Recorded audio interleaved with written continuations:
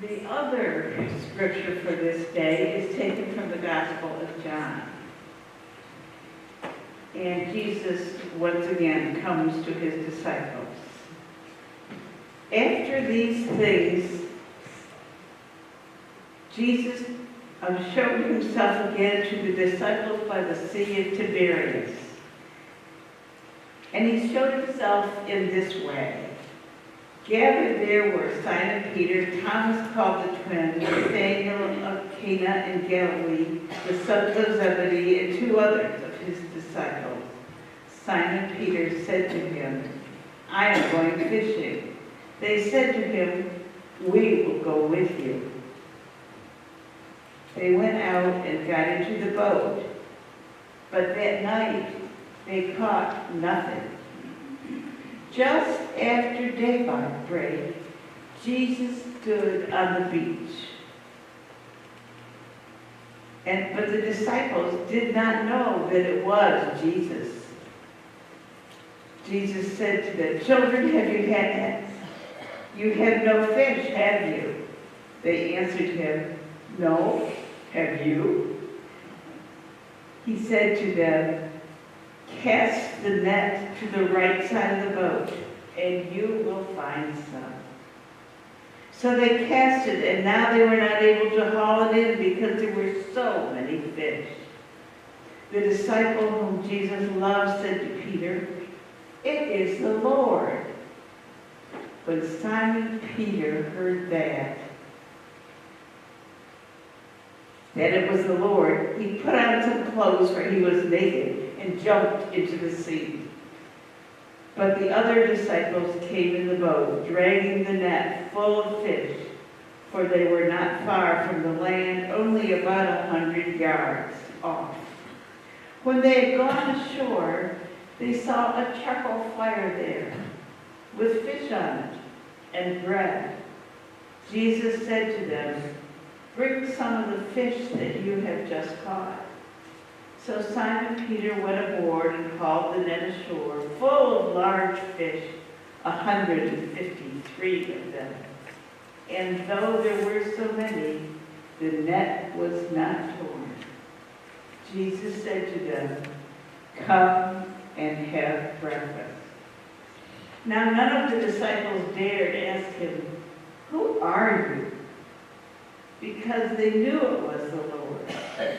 Jesus came and took the bread and gave it to them. And they did the same with the fish. This was the third time that Jesus appeared to the disciples after he was raised from the dead.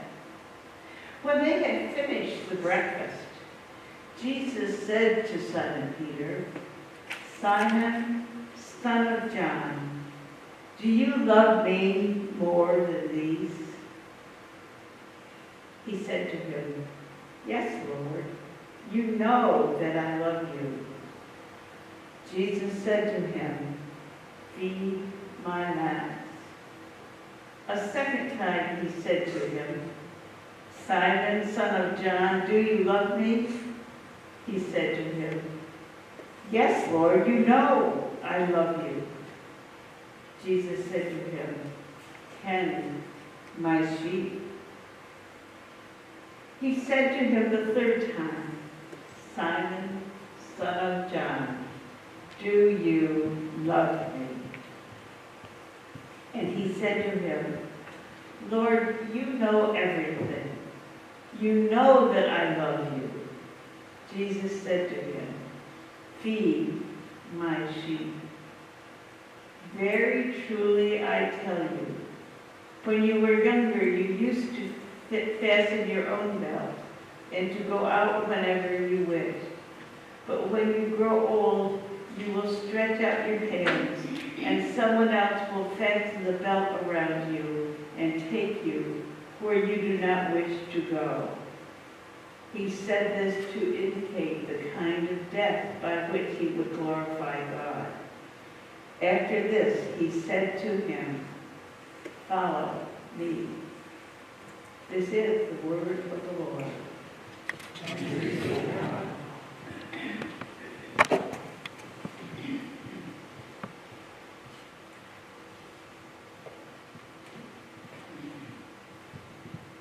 May the words of my mouth and the meditations of our hearts be acceptable before you, O Lord, our rock and our redeemer.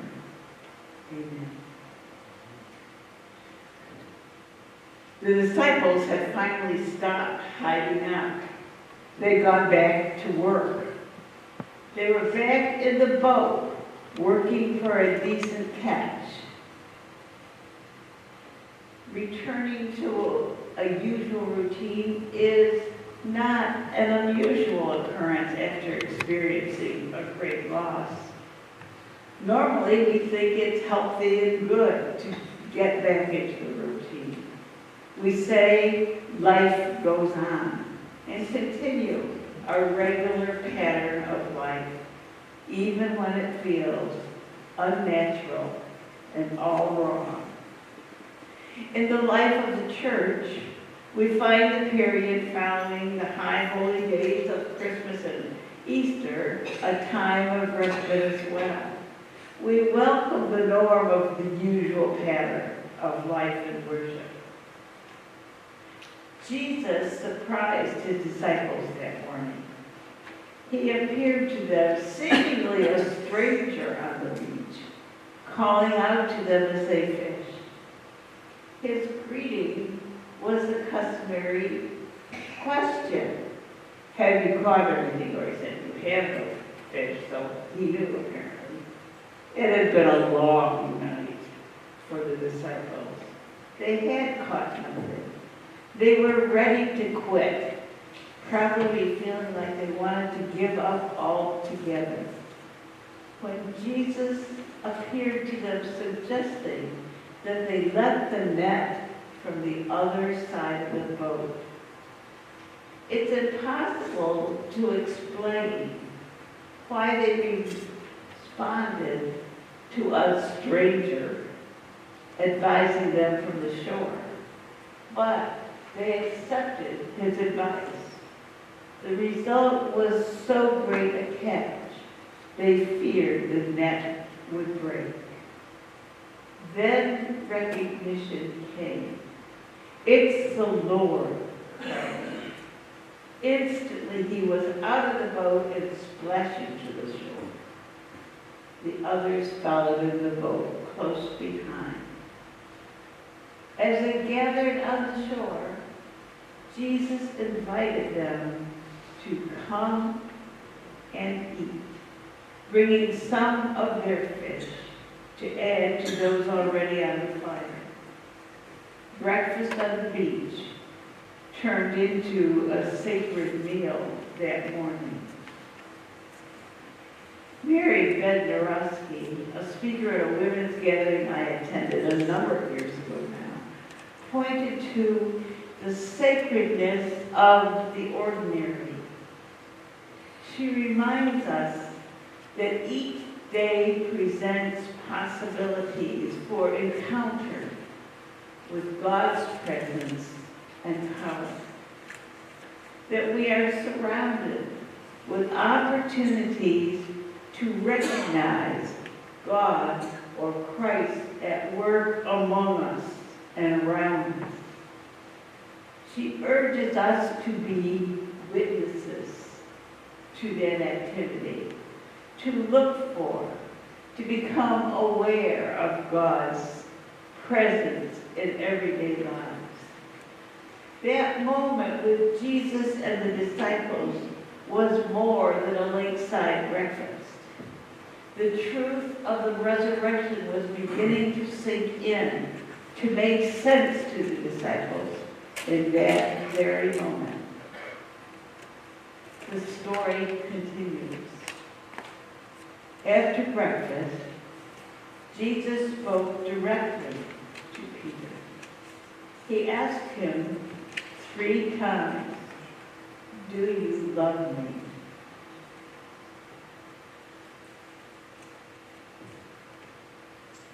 A great deal of debate and speculation has been carried out over the years about that exchange. The 3 repetitions of the question remind us of Peter's 3 denials.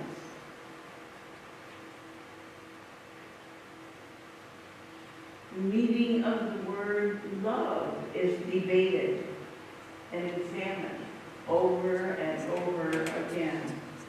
It seems to me that the focus here is on the depth of Peter's love. Jesus is pushing Peter to recognize what it means to say that he loves Jesus. Jesus is looking for more than a little bit of personal affirmation here, I think. The mark of Jesus' love for God was his obedience to God. It was that obedience and his working for God's justice that placed him in conflict with the religious and political officials of the day. It seems to me that the mark of love for Jesus is obedience to Jesus' commands. That love propels us beyond ourselves into relationship with our neighbor, which reflects our relationship with our risen Lord. To love Jesus is to be obedient, to feed and tend the flock. Jesus does not limit the flock. The variety and diversity of the flock will make us aware that there are many kinds of food and many ways of feeding. Feeding the flock has to do with learning or discovering the needs and obtaining the appropriate food. To nourish the flock, it may be necessary to stretch the boundaries of the pasture. It may mean bringing in a different shepherd, one with special skills to draw them into the fold. A shepherd the sheep trust. The flock is fed in traditional ways, through worship and study and service. In this place, the flock is fed through the outreach ministries of TEAM, our congregational care team, Earth Care, Christian education and fellowship events, and also the ongoing work of the session. One form of obedience is the pushing of boundaries to discover God's call, God's alternative to the condition of our world. We may discover that some new approaches to the nurture of this flock are the right way to go. We do not have to guard the boundaries when we know God is present at them. Remember, the 7 last words of the church are, "We've never done it that way before." Feeding normally produces a good feeling of health and wholeness. We encourage people to eat well, to maintain their strength. Feeding a flock can mean hard work, lifting heavy sacks, making sure sufficient water is available. It requires knowledge and resources. Feeding Christ's flock goes beyond daily devotion. It leads to continuing action. It may be important to remember that the wholeness we hope for doesn't mean perfection. We will make mistakes along the way. We will suffer pain and embarrassment. We will encounter the realities of our world. We will be less than satisfied with what we are able to do. Wholeness has to do with faithful relationship with the one who directs us, the shepherd who guides. Feeling does bring comfort. Feeding does bring comfort, excuse me. The certainty that one is moving in the right direction, doing the right thing, brings the confidence and assurance necessary to continue to keep on. An inherent danger in being fed is satisfaction and contentment. Our concern for a just and inclusive church is nurtured as we work together for justice in this community and in our world. We gain confidence as we stand up, speak up, and act as disciples of our Lord Jesus Christ. Feeding produces strength and energy. The desire to be faithful to the risen Lord is renewed each time we encounter him in our daily sojourn. We are fed as we make our witness.